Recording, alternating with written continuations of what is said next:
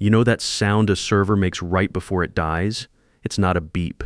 It's not a click. It's the fan pitch dropping slow and quiet like a soldier who's been marching too long and just ran out of road. I've been listening to that sound for 18 years. I know it better than I know most things in my life. My name is Harold Brennan. People call me Hal. I'm 53, and I want to tell you how I got paid what I was actually worth. I'm sitting in a conference room on a Tuesday morning. The room is full of glass and chrome and people who look like they were ordered from a catalog. I'm wearing a polo shirt that's older than the intern taking notes. Andrew Holloway is up front working the room like he was born doing it. Record quarter, Amazon contract locked in.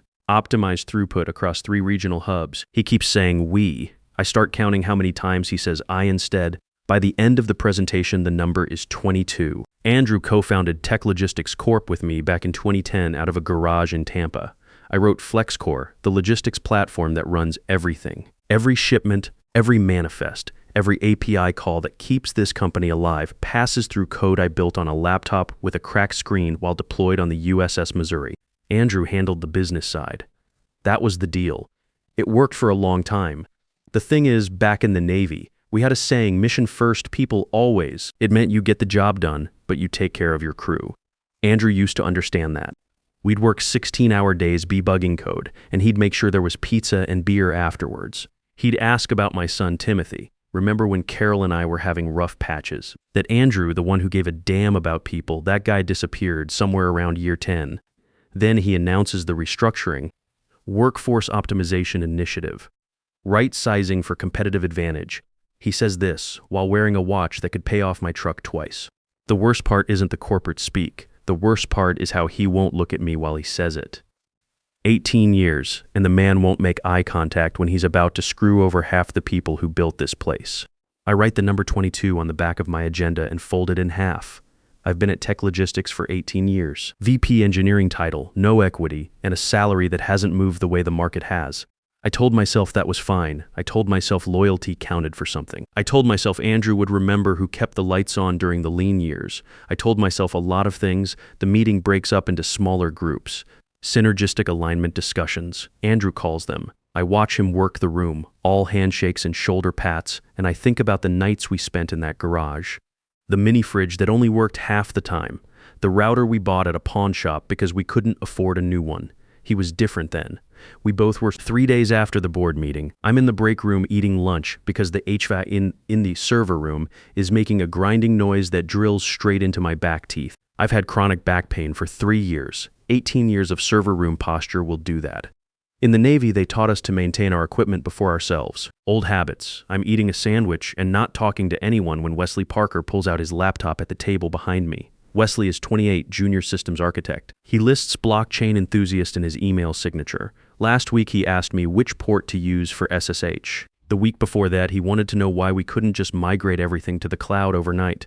Kid's got enthusiasm. I'll give him that. Knowledge is another story. He's showing something to Monica Stevens, the new help desk supervisor. Monica's good people. Former Army IT, knows her stuff, doesn't waste your time with small talk. And they're doing that thing young people do where they whisper loud enough for everyone to hear because they want people to know they have something worth whispering about. I'm not trying to read his screen. I'm really not, but my eyes have been trained for 18 years to catch anomalies. A salary figure on a 15-inch display is not subtle. $145,000 base salary. Junior systems architect, Tech Logistics Corp. I make a $128,000. I have been here 18 years. I wrote the platform he was hired to maintain. I'm on call every hour of every day. When Hurricane Ian knocked out power to our Tampa data center last September, I drove through flooded streets at 3 a.m. to get the backup generators running. Wesley was at a blockchain conference in Austin that week. The number sits in my chest like a stone. I stand up. Don't finish the sandwich. Take the elevator to HR. Sarah Martinez has run HR at Tech Logistics for 4 years. She has a framed motivational quote on her wall about synergy, and she delivers bad news with the warmth of someone who has practiced it in a mirror. She looked up when I walked in and she didn't look surprised. In my experience, HR people are never surprised. They see the conversations coming from a mile away. I didn't sit down. In the military, you deliver reports standing up, force of habit. I need to discuss a compensation discrepancy, I said. I was accidentally CC'd on an internal salary band email this morning. Her hands went to her keyboard, probably pulling up my file. What seems to be the issue, Hal? Wesley Parker is making $140,000 after 18 years. I'd like you to help me understand that math. She folded her hands on the desk. The move was practiced, deliberate. Hal, to attract new talent, we have to be competitive externally. You're on an existing compensation trajectory. I built FlexCore, Sarah. I maintain it. I'm the reason it works. His trajectory and mine shouldn't be in the same sentence. Internal equity and external acquisition are different budget lines. It's not a reflection of your value, then reflect my value. Adjust the number. She leaned back in her chair, that specific sigh, the one that means the conversation is already over, and I should have known that before I walked in. In the Navy, we called it command has spoken. The decision was made before you entered the room. We can't move outside a review cycle, especially not during restructuring. Then she said the thing. She picked up a pen, looked down at her paperwork, and said, "That's just how the market works now. You can work with that or explore other options." Explore other options. Like I was an entry-level kid fresh out of college instead of someone who'd kept their systems running for nearly 2 decades. Like 18 years of loyalty and competence was a liability instead of an asset. I looked at her. I looked at the quote on her wall. I said, "Okay, thank you for clarifying," and I walked out. The drive home that evening was quiet. No radio, just the sound of the highway, and my back aching the way it always does after a day like that. I kept turning the phrase over in my head. Explore other options. It was meant to shut the conversation down. Make me fall in line, accept less than I was worth. What it actually did was open a door I hadn't thought to look for. I wasn't planning to go into the garage that night. I was just moving around the house too wired to sit still. Scout, my German Shepherd, followed me from room to room with that look dogs get when they know something's wrong but can't fix it. He's been my constant companion since the divorce in 2019. Carol got the house in Orlando. I got the dog in a garage full of boxes I'd been avoiding for 4 years. That's when I saw it. A cardboard box in the back corner, duct tape shut, labeled in my own handwriting. Tech Logistics founding, do not toss. Carol had told me to deal with it when we split, clean slate, she'd said. New chapter, I never did. I kept it without knowing why, stacked behind a broken shop vac and a toolbox I'd inherited from my father. I dragged it out and cut the tape with a box cutter. The smell hit me first, old paper and dust, and that particular scent of electronics that had been sitting too long. Inside, old tax returns, a router manual with coffee stains, 2 dead hard drives from the early days, and underneath it all, a blue binder. Tech Logistics Corp. Founders Participation Agreement. 2010, I sat down on the concrete floor. Scout settled next to me, his head on my knee. The garage was quiet, except for the hum of the refrigerator and the distant sound of traffic on I-4. I opened the binder. The legal language was dense, but I read contracts the way I read code. I parse for structure. I look for dependencies. I follow the logic until I find the condition that changes everything. In the Navy, they taught us to read technical manuals the same way. Every system has critical failure points. You just have to know where to look. I found it in section 12.7, buried between clauses about intellectual property and employment obligations. In the event of the undersigned separation from the company, barring termination for cause, the license granted to the company for use of the core infrastructure architecture defined in Appendix A reverts immediately to the founding partner. Additionally, any reduction in veteran employment below 15% of total workforce triggers compliance review and potential contract renegotiation. Continued use of said architecture without consent constitutes infringement. Buyout must reflect fair market value at time of separation. I read it 3 times. Then I read it out loud to Scout, just to hear it. The dog's ears perked up at the sound of my voice, but he didn't understand what I was holding. 18 years of leverage, gathering dust in a cardboard box.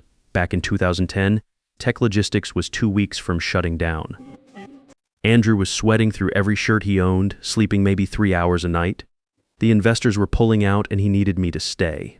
The problem was he couldn't pay me more cash. The company was hemorrhaging money faster than we could plug the holes, so his uncle's lawyer drafted this agreement. A license and a veteran hiring guarantee rolled into one.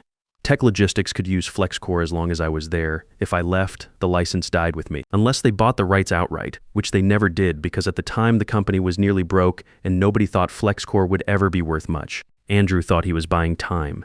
What he actually did was hand me a loaded weapon and ask me to hold it for him. The veteran employment clause was my idea. I'd seen too many good people, former military, get pushed out of tech jobs because they didn't fit the startup culture. Older, experienced, practical. The kind of people who ask questions like, what happens when this breaks, instead of how can we move fast and break things.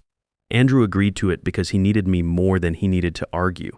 I pulled out my phone and scrolled through my contacts until I found Colonel James Rodriguez. Jimmy and I served together on the Missouri 25 years ago. He went to JAG school after discharge, then civilian law. I went deep into network infrastructure. We stayed close the way you stay close with someone who knows what you were like before life got complicated. Jimmy specialized in military contracts and veteran employment law. He also had a personal dislike of corporations that quietly pushed out older workers to save money on benefits.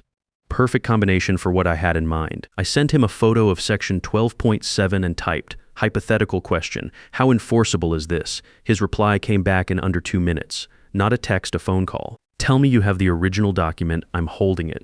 Hal. He paused, and I could hear him moving around, probably walking to his home office. This is a reversion clause combined with veteran protection language. The moment you resign, their license to FlexCore terminates. They can't run the platform without your authorization. And if they keep running it after you leave, that's willful infringement. What's the veteran employment angle worth? Give me tonight. I need to check their current workforce demographics and federal contract status. If they're doing government work, this gets very interesting very quickly. He hung up. I sat in the garage with Scout, looking at the binder. 18 years of loyalty, reduced to legal language and subsection numbers. But also 18 years of building something that mattered, something that worked, something that made other people's lives easier.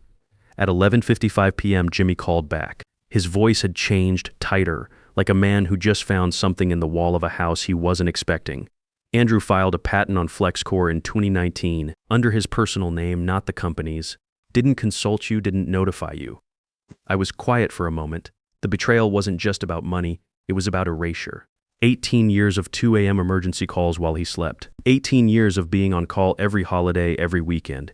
Every time a storm knocked out power to the data center, every security patch I'd pushed quietly so clients never knew there had been a threat. And he had gone and put his name on my work like it was his. There's more, Jimmy continued. The restructuring they announced last week, I pulled their current workforce data. It cuts veteran employment from 18% to 8%. That triggers your compliance review clause automatically. Also, the refinance they did in 2021, the $6.2 million bank loan from SunTrust. They used FlexCore as primary collateral, an asset they don't actually own. So when I send the cease and desist, you're not just sending it to Andrew and the board. You're CCing the bank that holds their loan, and you're triggering a federal compliance audit with the Department of Veterans Affairs. They've got Defense Department logistics contracts worth $12 million annually. If they're found in violation of veteran employment requirements, they lose those contracts. I looked down at Scout, his tail thumped once against the concrete floor. In the distance, a train whistle echoed across the Tampa suburbs. Jimmy, how fast can you draft the paperwork? I'll be at your place in 40 minutes. Get the bourbon out. We're going to be here a while. We worked at my kitchen table until 3 a.m. Jimmy had his laptop, his notepad, and the focus of a man who genuinely enjoyed this kind of problem.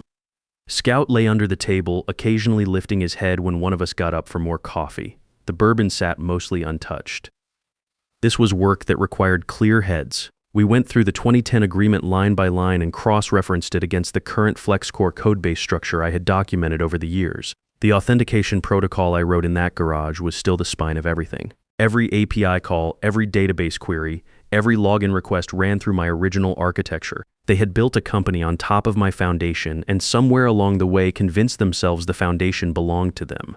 Classic corporate amnesia. The people who write the checks forget who built what they're writing checks for. Here's what we're looking at, Jimmy said around midnight, pulling up spreadsheets on his laptop. Current tech logistics workforce is 847 employees. Veteran count is 68, down from 152 in 2021. That's an 8% veteran employment rate, well below your 15% threshold. They've been pushing out the older guys for 2 years, I said, calling it culture fit issues or performance improvement plans. But it's age discrimination, plain and simple, gets better. Their Defense Department contracts require 12% minimum veteran employment. They're in violation of federal requirements across the board. Jimmy leaned back in his chair. The VA compliance office doesn't mess around with this stuff. One audit and they lose every government contract they have. By the time the sun started coming up gray outside the kitchen window, we had 3 documents ready. A formal resignation letter, 2 paragraphs, no sentiment, just facts and timeline. A cease and desist on Jimmy's firm letterhead, citing Section 12.7 and the immediate reversion of all rights effective upon separation, and a term sheet for IP acquisition, $312 million for full transfer, with a clause requiring Andrew's personal patent to be voided and assigned back to me. Jimmy also drafted the notification list, bank, VA compliance office, Defense Department contract oversight. 5 recipients who were about to have a very different Wednesday than they had planned. You sure about this? Jimmy asked, looking at me over his coffee. Once we send this, there's no walking it back. Andrew's gonna fight, and it's gonna get ugly. I thought about Timothy's college graduation 5 years ago. A Saturday in May, perfect weather, families gathered on the quad. I had promised I would be there for the whole ceremony. We were going to dinner afterward, just the 3 of us, me, him, and Carol, trying to be civil for our son's big day. At 11 a.m. that morning, a routing failure hit our primary data center. Complete authentication breakdown. Every client locked out. Andrew was unreachable at a golf tournament in Scottsdale. The emergency phone tree rolled down to me like it always did. I spent 6 hours on the phone walking the junior techs through the recovery procedures while Timothy walked across that stage without his father in the audience. Found out later he'd saved me a piece of cake from the reception and put it in Carol's fridge. He was 22 years old, and he saved me a piece of cake. That's the kind of kid he was, the kind of kid Carol and I somehow managed to raise despite everything. Andrew never mentioned missing the graduation, never apologized. Never acknowledged that I'd spent my son's biggest day fixing problems he should have been there to handle. Just another Saturday, another crisis managed by the guy in the back room while he played golf. Send it, I said. I resigned by email at 5:45 a.m., subject line, resignation effective immediately. 3 sentences, no thank you, no well wishes, just the facts and a digital signature. Then I drove to the office. The parking lot was empty except for the cleaning crew's van and a couple of cars belonging to the overnight operations team. My badge still worked at the side entrance. That wasn't a surprise. Sarah wouldn't process termination paperwork until Monday morning, and Wesley, who was technically the senior architect now, didn't know how to run the access revocation script. I had written that script myself 9 years ago.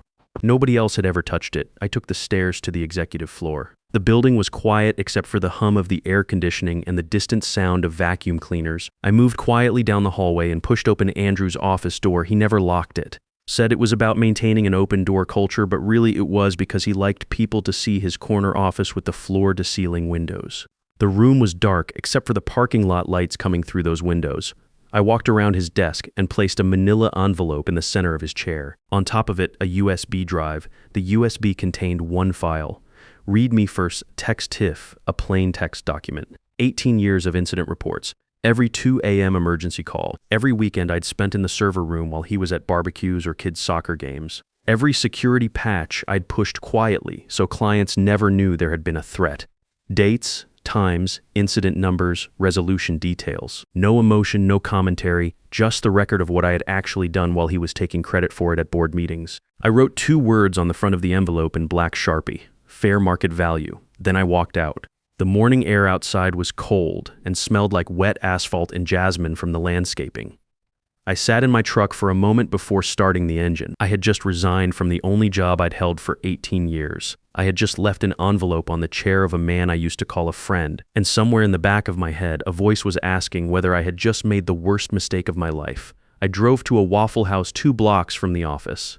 Jimmy was already there, coffee in front of him, laptop open. At 6 a.m., the place was mostly empty except for a couple of truckers and a waitress who looked like she'd been there since the Carter administration. You good? Jimmy asked as I slid into the booth across from him. Ask me in an hour, I said.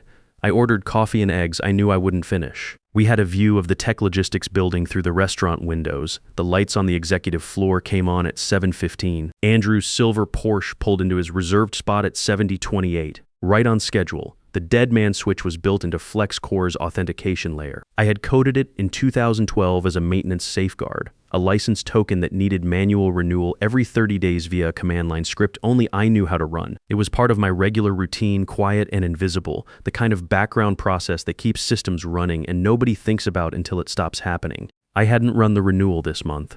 When the system pinged for the token at 8 a.m. and got nothing back, it would automatically drop into trial mode. Trial mode allowed a maximum of 5 simultaneous connections to prevent abuse by people trying to reverse engineer the platform. On a normal morning, FlexCore handled 4 2200 enterprise connections across 3 time zones. I opened my laptop and pulled up the external status dashboard that clients use to monitor system health. Green across the board at 7:58.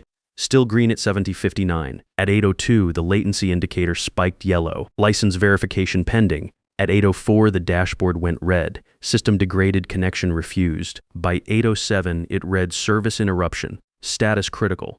Jimmy looked at the screen and said nothing for a moment. Then he picked up his phone and sent the email. Cease and desist to Andrew, to Tech Logistics General Counsel, and CC to SunTrust Bank holding the $622 million loan against FlexCore as collateral, plus the VA Compliance Office and Defense Department contract oversight. One email, 5 recipients who were about to have a very different Wednesday than they had planned. My phone started ringing immediately. Monica first. Hal, the system is doing something weird. Can you log in and check? Then Sarah, Hal, we need to speak right away. There's been a misunderstanding. Then Andrew. 6 calls in 8 minutes. No voicemails, just the insistent buzzing of a man whose world was falling apart in real time. Finally, a text. Is this some kind of joke? Call me now. I put the phone face down on the Formica table and drank my coffee. The waitress refilled my cup without asking. She'd seen enough drama in her years here to know when someone needed to be left alone. At 8:45, Jimmy's phone rang. He looked at the screen. That's their general counsel. He let it go to voicemail, then played it on speaker for me. The voice was clipped and running fast. Jimmy, it's Paul Richardson from Tech Logistics Legal. We have multiple situations developing simultaneously. Someone left documents on Andrew's desk, and now our core platform is offline. We also have the VA Compliance Office calling about workforce audits and the bank asking questions about collateral assets. We need to discuss immediate resolution. Call me. Jimmy typed a reply instead of calling. He showed me the screen before hitting send. Cease and desist stands. License reverted per section 12.7 upon resignation. Term sheet attached. Buyout price $3.2 million. Price increases $75,000 for every hour the system remains offline. Clock started at 8 a.m. I watched the status dashboard on my laptop. The red bar sat there steady and unblinking. Somewhere in Tennessee, freight trucks were sitting idle at loading docks. In Texas, warehouse managers were calling their supervisors asking why the manifests wouldn't load. The Amazon regional hub outside Nashville was probably switching to backup systems and calculating penalty fees. For a moment, just a moment, I felt the weight of it. People depending on systems I'd built, now locked out because of decisions made in boardrooms by people who'd never written a line of code. Then I thought about all the other people. Monica, trying to help customers while earning $35,000 a year. The veteran employees who'd been quietly pushed out over the past 2 years. Wesley, making $17,000 more than me while asking me how to configure basic network settings. The junior developers who'd be blamed for this outage even though they had no access to fix it. Sometimes the only way to save a system is to break it first. Force everyone to acknowledge what they've been taking for granted. At 10:15, Andrew called again. I let it ring twice, then answered, "What have you done?" Not a question. His voice was tight and running too fast. I resigned, Andrew. As of 5:45 this morning, the license reverted per the 2010 agreement. You planted some kind of kill switch in my system. It's a standard license verification protocol. Been there since 2012. You would have known that if you'd read the code-based documentation at any point in the last decade. Turn it back on. We are hemorrhaging money every minute this thing stays down. I know that's why the term sheet has a clock on it. Jimmy sent it this morning. His voice dropped. The panic shifted into something else, something more calculated. Hal, come on, we built this together. You know that. What do you actually want here? More money? Fine. 15,000? Done. Just get back in here and fix this. I looked across the booth at Jimmy. He shook his head slowly. That offer was relevant yesterday, I said. Today, this is an intellectual property acquisition conversation. My lawyer has the terms, have your counsel call him. You can't be serious, Hal. We're talking about 18 years of partnership here. You filed a patent on my code in 2019 under your personal name. You used my architecture as collateral for a bank loan without telling me. You've systematically cut veteran employment to save money on benefits. And when I asked Sarah for fair compensation, she told me to explore other options. I paused, I explored them. He started to say something. I ended the call. The negotiation took 3 hours. Patricia Holloway, Andrew's sister and the company's CFO, took over around noon. She was smart enough to understand the situation and practical enough to cut her losses. By 1:30 p.m., we had a deal. $3.2 million for full IP transfer.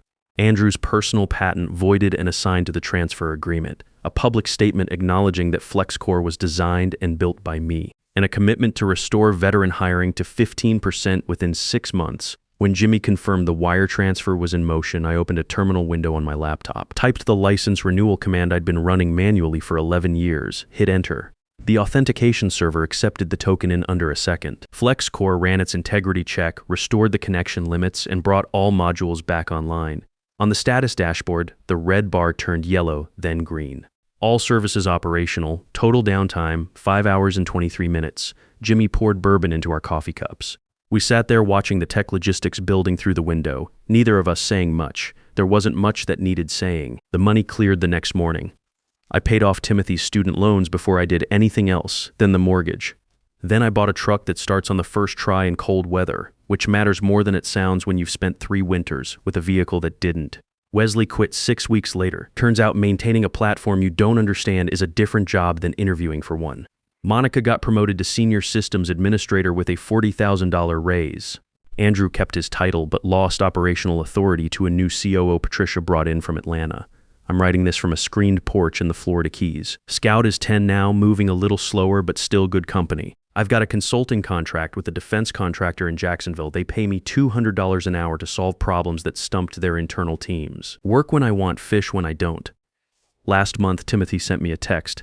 Dad saw your name in a tech blog about the tech logistics situation. Article said you built their whole platform. I had no idea. I'm proud of you. I read it twice, then deleted the FlexCore status monitoring app from my phone. Didn't need it anymore. If you've spent years being the person who keeps everything running while someone else takes the credit, if you've been told your experience is a liability instead of an asset, if someone has looked you in the eye and said you should be grateful for less than you're worth, then you already know what this story is about. It's not about the money, though the money was right. It's about the moment you stop negotiating with people who were never negotiating in good faith. You built something, you know what it's worth, make them acknowledge it. Fair market value. Finally.